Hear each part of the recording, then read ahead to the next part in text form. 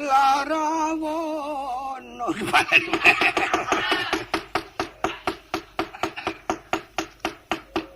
Kowe iki sapa ora? Kowe iki mangan ridu kok. Wes numpula. Dosa muka ing ingsun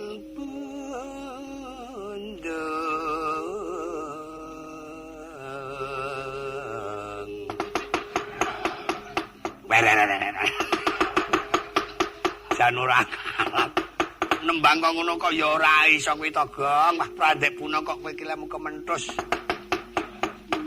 Ya ora ngono Reng, karena wong jenenge wong latihan ki wong ora iso ki wajibe belajar. Ane belajar kok nek kok ngono kuwi ya ora apik. Nyandang nganggo tanpa diemper-emper. Nyandang nganggo ki ya sing apik ora kok ketune wong wedok di.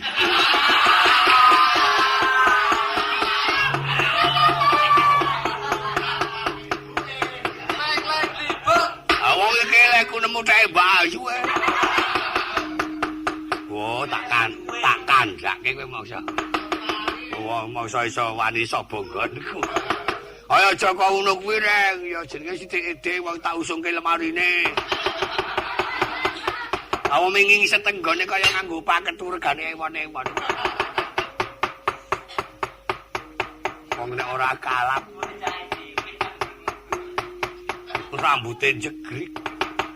Mbaya ben kowe engko angger ngejak padu aku tak tabuhke jes. Pindah tempat kowe. Lah bapak tindare yo awake dhewe ndelik cilaka iki.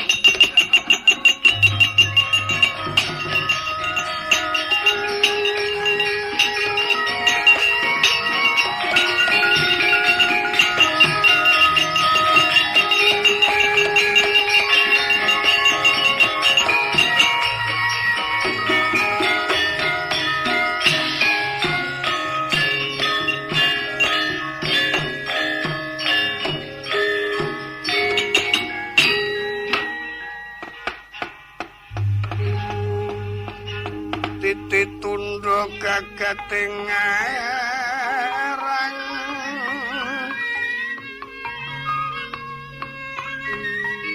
Trisundi winayang jati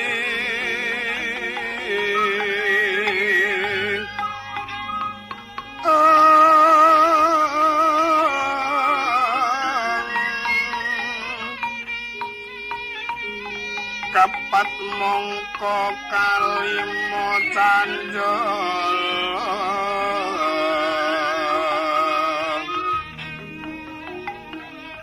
mongko kalimo canjol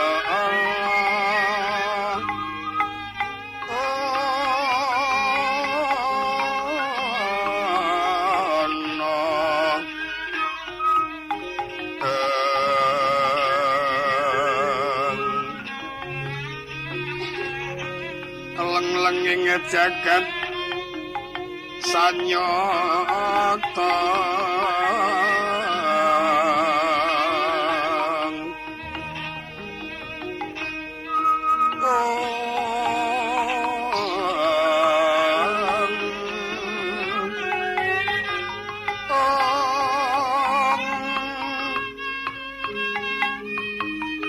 patupate lanang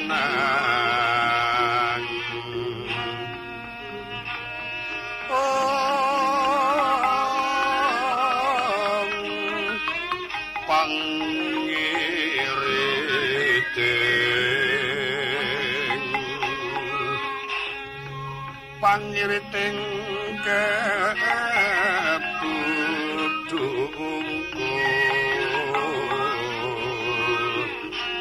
sasisi sapiku marang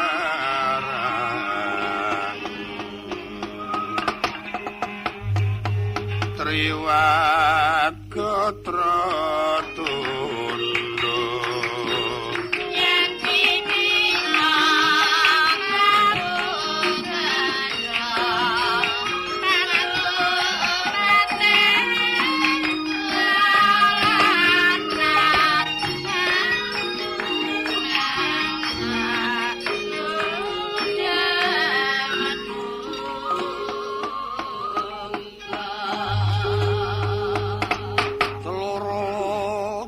Jegar krawak wardaning sirip kocapa guru-guru ingkang ana swara kang jemugur ngakoso tanpa una tanpa rida lamun jinarwana ngibaratna sloka-sloka celeng intena-inten duwe upamata kapendhem sak dedeg sak pengawise katon seminar mancur tejane Lurah Semar Badranaya ingkang amurwani guru-guru uga amungkasi guru-guru ya Ki Lurah Bojokati Nayantaka ya Ki Lurah Marga Ewuh ya Ki Boga Sampir Duda Anangunung kang saknyatane Sang Hyang Ismaya Ngejawanta pungun-pungun Tyasira Tatkala Semana Prisa ingkang putra kekalih ingkang nembe sami rebat Byada satemah den perbeki ilang saka ing Pandulu. Kawedaring sabda Ki Lurah Semar Badranaya amiji marang ingkang putra kekalih. Kepareng rukmeng daya sigra anyekar pucung pinangka dadya lerming deduka.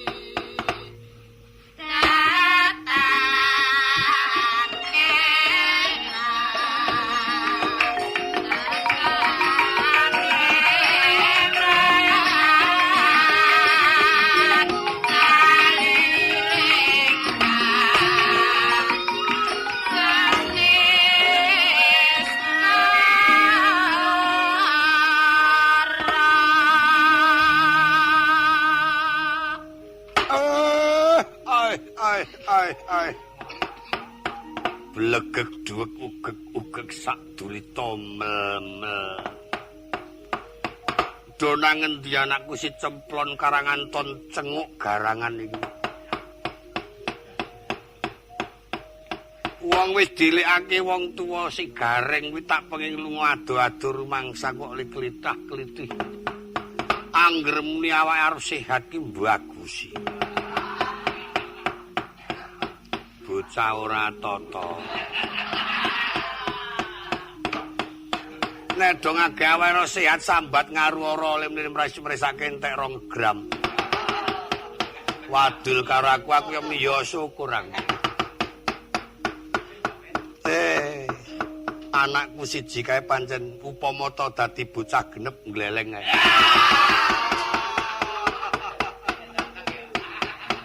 Wis tangane tekle. Mripate kera mengkas mengkis kaya ngono. Randek puna kementhus. Awor bapakne kok weruh. Piyayi Putriwat kok lim niki. Waduh manis temenan.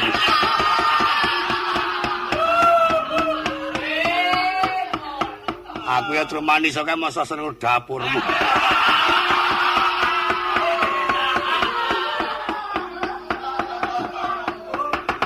Pancen anak-anakane iki ora ana-ana.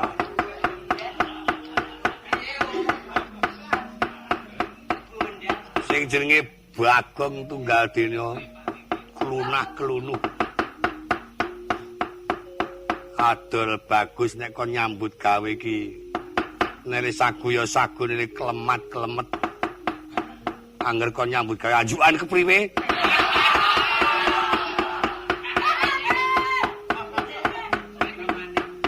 anak pirang-pirang kok tekone kok ora ana sing gawe senenge wong tuwa. Wong dhewe iki seneng nembang joget ki mbok dadi anu kok ya ora ketan ming rentingan wesi wong bapakne ki ya. Kowe tak sediani gamelan kok ya ora tau dienggo gawe seneng latihan ya ora ming diliwat-liweti. Malah nyekel gitar. Ngono ki nek ya latihan gitar ya ora ming crang-crung. Ora ana lagune ora barang malah. Panjen do mentek-mentek elek. Juga jembrung ora tau gelem ngelapi. Meja reget ra disaponi.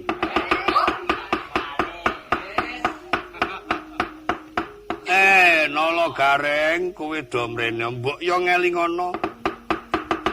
Nek kowe iki duwe sedulur lanang siji wae minggat ora pamit karo bapakne. Nganti aku dhewe lali ora sibot caos ana negara Ngamarta mergo mikirke anakku Petruk sing lunga tanpa pepoyah. Bocah ki adate tau dikantepane kaya antepe lunga ora pamit karo bapakne. Gek le lunga kenangen. Petruk lunga ora pamitan pitikku ilang 8. Ya coba-coba mengko tak gerambyang nih. Barang miring, barang mloyo kagok ketanon mbok menawa mengko anakku krungu swara tembang mau banjur krasa cengele. Do cengkelak bali mrene meneh. Aduh yono tak nembang.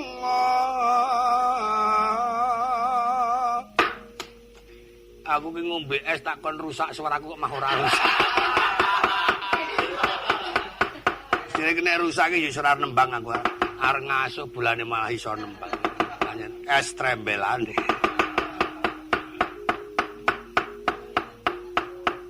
Upama ana tak kon goleke meneh. Aduh yono tak nembang iki maning.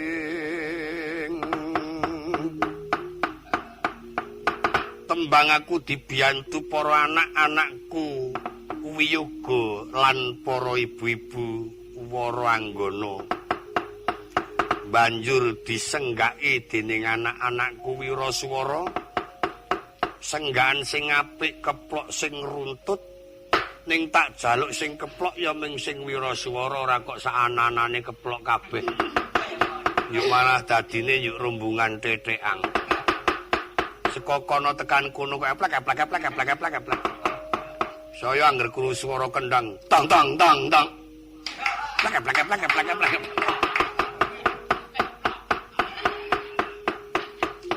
Menungsane do ora kenal.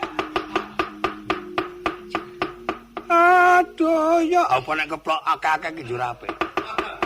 Malah elek eplek. Aduh ya no tembangan kuwi apike nek di iri gamelan ki kudu sing runtut, sing apik, sing patut. Dadi dirungokke ya kepenak, dirasake ya enak. Aduh ya, ayo nek kanca-kanca ora. Keplok do ing kono do ing kene kok muni bareng swara nganti kaya bebek mlaku.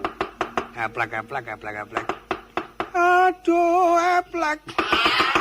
Daran. Aduh yono tak nembang kono le mikir nganti nyekel buku ganteng tembang sing endi sing adionekke iki. Nek tembang eplek-eplek ya ora duwe catetan. Aduh yono tak nembang tembang aku. Pasemone wong urip ana mercapata. Carang reksa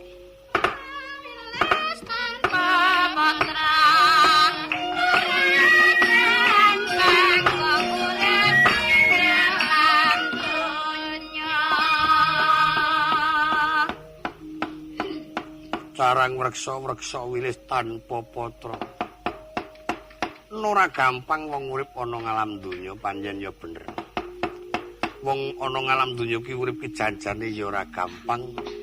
Ning nek pancen bisa ngecake ya luwih gampang. Awit wong urip ki sipate mung supaya cukup karo tangga teparone, cukup kanggo sabedinane lan uga cukup kanggo lumrah. Ya karang sak kaya sak gareng Petruk Bagong sak aku iki nek ora setiting ati-ati ya kecipuan. Dikeke kono-kono kurang, keke kono-kono kecipuan, keke kono-kono kecingkrangan dadine malah njuk mengentek tak nggo jajan.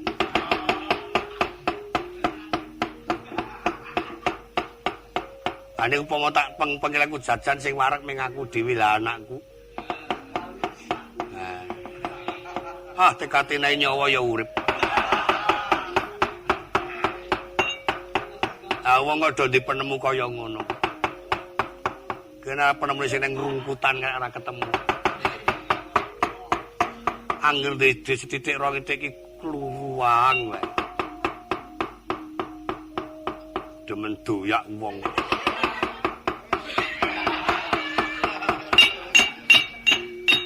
Panjen wong-wongane cok doraken. Ya senajan to arep golek tetimbangane urip upama ta isih Joko ngono kudu ndelok-ndelok. Upama isih legan utawa rondo ora ana sing duwe ngono ya ditari. Awang dodol.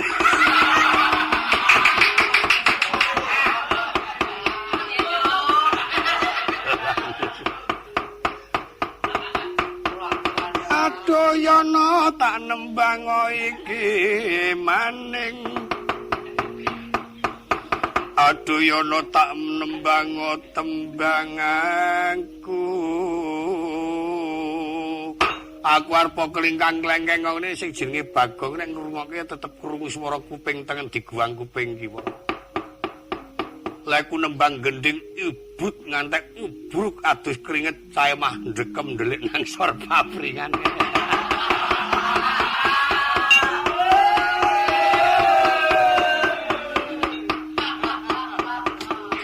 Apa kok ngono ki kon kepenakke pikire wong tuwa. Mengko paman ana wong aru-aru, sampean sinten kok teng ngriku? Ngaku nek kula niki anake Semar, aku oleh-oleh. Nah, urung aku ya oleh-oleh. Adoyono tak nembang genta daraja binalus winursita.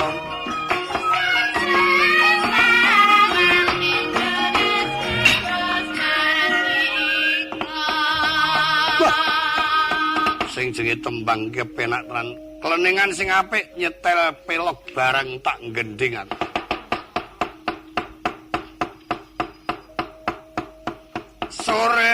Sore ya bapak kutut manggung. Oh.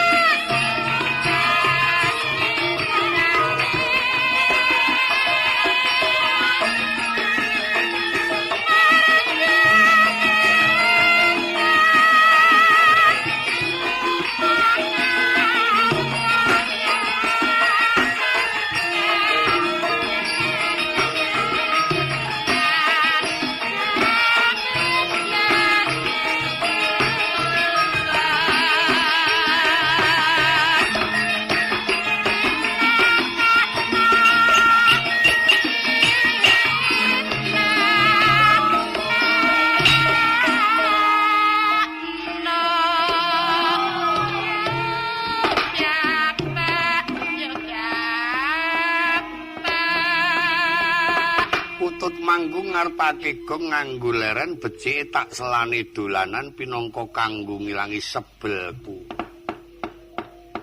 Iki sapu tanganmu.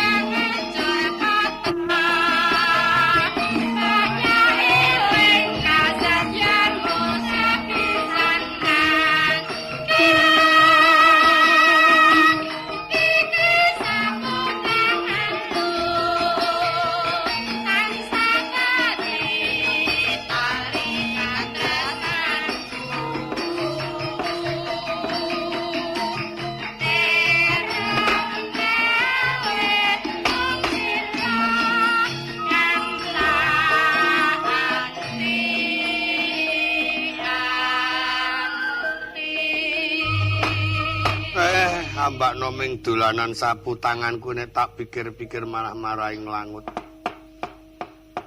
Tera ngalit mung sira sing tak anti-anti. Nembang kok ngene kok anakku kok doramara. Aku malah kelingan sing ora-ora anakku sing minggat ora mulih-mulih. Sore ya apa. Ayo.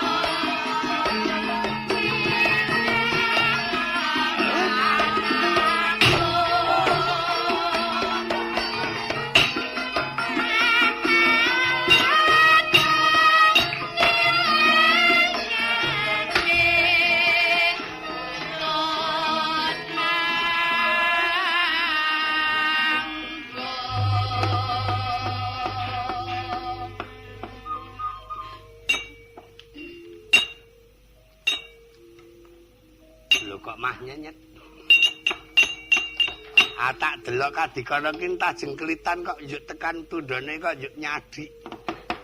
Mrebes mili. Ana apa, Pak? Riwayatku kok kaya ngene. Riwayat iki ngapa? Anakku si Petruk ora gek bali-bali kok ngene iki gedung aku. Jabutan wae. Apane untuku? Lah karang untu iso talah diku. ora dicabut bahayane ra kena nggo memangan ya Pak ya. Iya.